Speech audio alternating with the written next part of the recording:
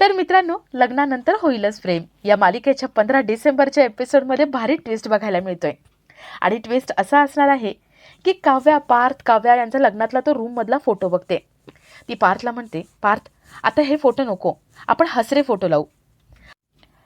पार्थ काव्याला म्हणतो, काव्या हे चांगलं आहे हां, म्हणजे हे फोटो आपल्या रूममध्ये नको पासून ते हे फोटो हसरे फोटो आपल्या रूममध्ये असावेपर्यंतचा प्रवास चांगला आहे हां. पार्थ काव्याचा गालगोच्चा घेतो. काव्याला खूप चांगलं वाटतं. तर इथे जीवासुद्धा प्रेमात पडलेला असतो. जीवा नंदिनीला म्हणतो, नंदिनी अगं पहिल्या पगारातली साडी घेतली होती मी तुला, हीच आहे ना? नंदिनी म्हणते, हो हीच आहे साडी, आणि ही साडी मला खूप आवडली होती, मी ही नेसणार आहे आणि पार्टीनंतर तुम्हाला मनातलं सांगणार आहे. आता पार्थ, काव्या, नंदिनी, जीवा एकमेकांजवळ कसे येतात हे बघण्यासारखं असेल.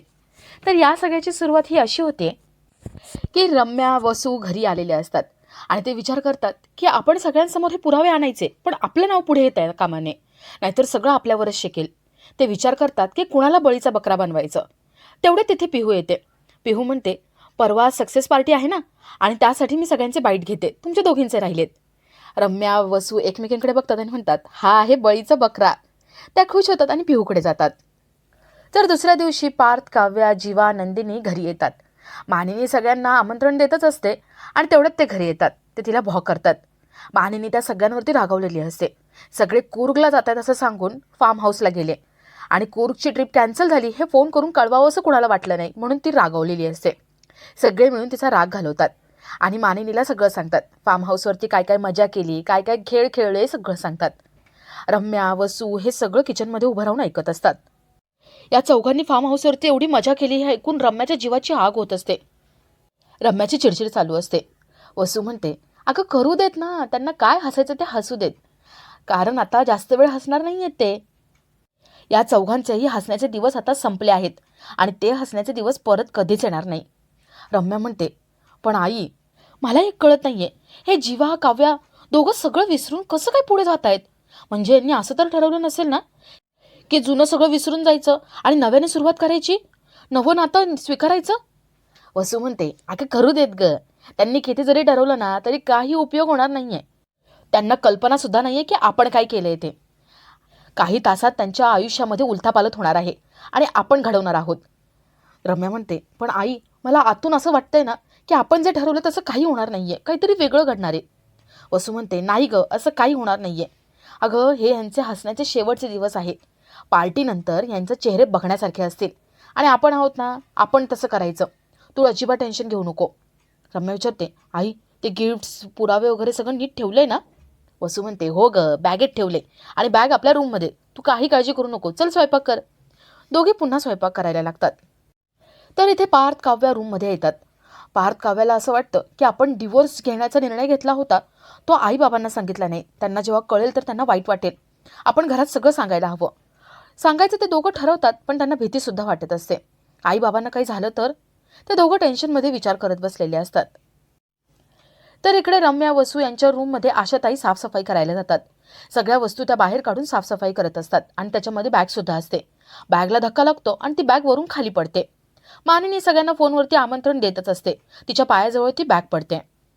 मानिनी ती बॅग उचलणार, बघणार तेवढ्यात तिथे वसू आणि रम्या धावत येतात. वसू म्हणते, ही माझी बॅग आहे, वरून पडली, कशी पडली काय माहिती. मानिनीला रम्या, वसू यांचं वागणं डाऊटफुल वाटत असतं. तेवढ्यात तिथे आशाताई येतात. आशाताई म्हणतात, सॉरी, ते धक्का लागला आणि वरून बॅग चुकून खाली पडली. वसू आशावरती खूप चिडते आणि ती आशाला मारायला पुढे होते. आणि तेव्हा मानिनीला कळतं की रम्या, वसू नेहमी आशावरती हात उचलतात, तिला मारतात. मानिनी आशाताईला विचारते, आशाताई या दोघी तुम्हाला मारतात का? आशाताई घाबरलेल्या असतात. वसू इशारा करते, नाही म्हणायला सांगते. आशाताई म्हणतात, नाही नाही, त्या मारत नाही कधी, आज त्यांनी हात उगारलाय, मी घाबरले होते म्हणून तसं म्हणाले. रम्या, वसू ती बॅग घेऊन धावत वरती निघून जातात. मानिनीला या सगळ्यामध्ये गडबड वाटते. या दोघींचं काहीतरी नक्कीच चालू आहे जे आपल्याला माहिती नाहीये. मानिनी ठरवते की या दोघींचं काय चालू आहे ते शोधून काढायचं. तर इथे नंदिनी बॅग अनपॅक करते आणि कपाटावर ठेवत असते. तेवढ्यात तिचं पाय घसरतो आणि ती खाली पडते. जीवा तिला सावरतो. जीवा तिला झेलून घेतो. जीवा नंदिनीकडे प्रेमाने बघत राहतो आणि सारखं सांगण्याचा प्रयत्न करतो की तो नंदिनीच्या प्रेमात पडलाय. नंदिनी ठरवते की पार्टी झाल्यानंतर आपण जीवाला सगळं सांगून टाकायचं. तर इकडे वसू, रम्या बॅग घेऊन रूममध्ये आलेले असतात. वसू म्हणते, अगं बॅग कशी काय खाली गेली असेल, ही आशा पण आहे ना काही पण काम करत असते. मला तरी वाटतंय ना कोणी काही करण्याच्या आत ही आशाच आपलं पितळ उघडं पाडेल. रम्या म्हणते आपण एक काम करू ना, तिला आपण घरातून हाकलून लावू. नाहीतर एक काम करू, तिला आहे ना सांगू की या रूममध्ये परत पाय ठेवलास तर तंगडं मोडून टाकीन. रम्या असं बोलते आणि तेवढ्यात ती खाली पडते. वसू रम्याला उभं करते आणि रम्या म्हणते बघितलंस ना, आत्ता पण त्या तिच्यामुळे झालेले, मी तिला सोडणार नाही. वसू म्हणते रम्या जाऊ देत ना, चल आता ही बॅग नीट ठेव, नाहीतर कोणाच्या तरी हाताला लागेल. आपल्याला हा संध्याकाळी दाखवायची आहे. रम्या ती बॅग जरा व्यवस्थित ठेवते. तर इकडे काव्या पार्थ दोघं रूममध्ये बोलत असतात. काव्या म्हणते पार्थ मला नाही जायचं आता सेशनला, काउन्सिलिंग वगैरे नाही करायचंय. पार्थ विचारतो का?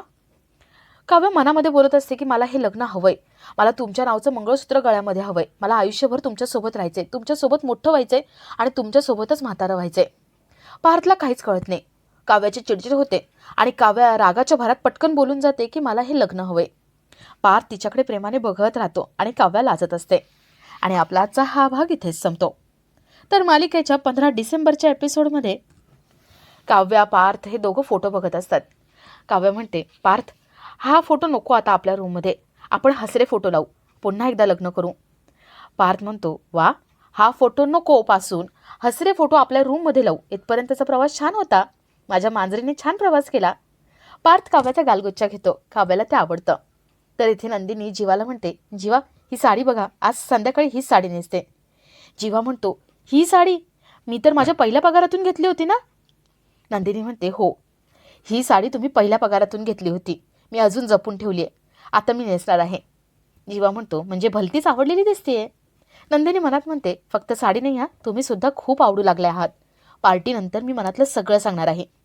नंदिनी जीवाकडे प्रेमाने बघत राहते.